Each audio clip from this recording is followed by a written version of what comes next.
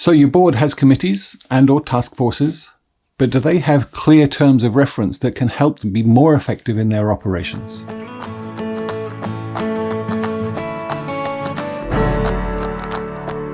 Each committee or task force should have a terms of reference document that clearly outlines the scope of operations and responsibilities for that committee. It's not uncommon for established committees to have been in operation for years without terms of reference. And so you may be wondering, why is it so important if indeed this school's been operating successfully without these terms for all of these years? The answer simply boils down to being more effective. The terms of reference is a standard format document, perhaps 1 or 2 pages in length, which simply states the scope and rationale for the committee. So, for example, that would include committee name, gives an identity and, broadly speaking, its objectives. The type of committee, whether it's a standing committee or a task force, if so, what are the time parameters for its existence? Again, just to be clear. Be useful to identify who the chair is and the composition. Is it made up of board members? Is it made up of staff, outside experts, parents? Can anybody come along? Do you allow visitors? How does that work? What about support staff? The responsibility.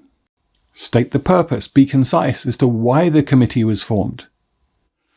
The goals, timeframes, and milestones. This is really getting down to the efficacy of it. How often is the committee scheduled to meet, and what are the targets for the year? Are there particular milestones that need to be reported to the board? Think about approval or review dates. The date in which the terms of reference were given and the date in which it needs to be reviewed and put forward. Generally, committees are responsible to the whole board and communication is through the committee chair. These terms of reference help trustees ensure that they're on the same page when it comes to the remit and expectations of the committee. But they also serve as a broader driver, if you like. By identifying these goals and timeframes for each committee, then the chair and head of school can map out an annual calendar that takes all of these specific known factors into consideration. So, for example, let's assume that there's a policy committee of sorts. And that's got oversight of teacher contracts. The contract wording, that is, not who should be offered a contract or renewing contracts for the staff, but the wording.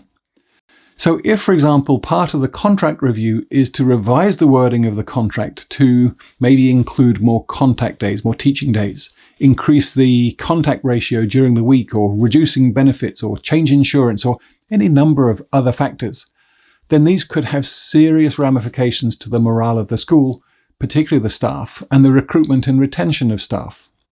Some of these factors would also impact on the finances of the school, and the finance committee would need to consider the implications of, let's say, changing medical insurance before the budgets were set. And of course, the head of school would need to factor all of these in when thinking about offering contracts and going recruiting. So it makes sense that if there's going to be a major review of contracts that need to be agreed by the board, then there's a coordinated approach between the committees and a timeline to ensure that it all works. It would be really poor form to have the board agree changes to contractual benefits, let's say in March, when staff have already signed contracts in January.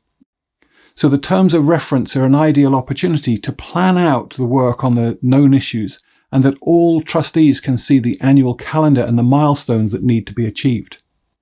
In this way, when the unexpected challenges arise, such as COVID, everyone can appreciate the impact of postponing decisions or the need to put in extra time to deal with these issues. So, are you aware of the terms of reference for your school's committees, and how effective are they?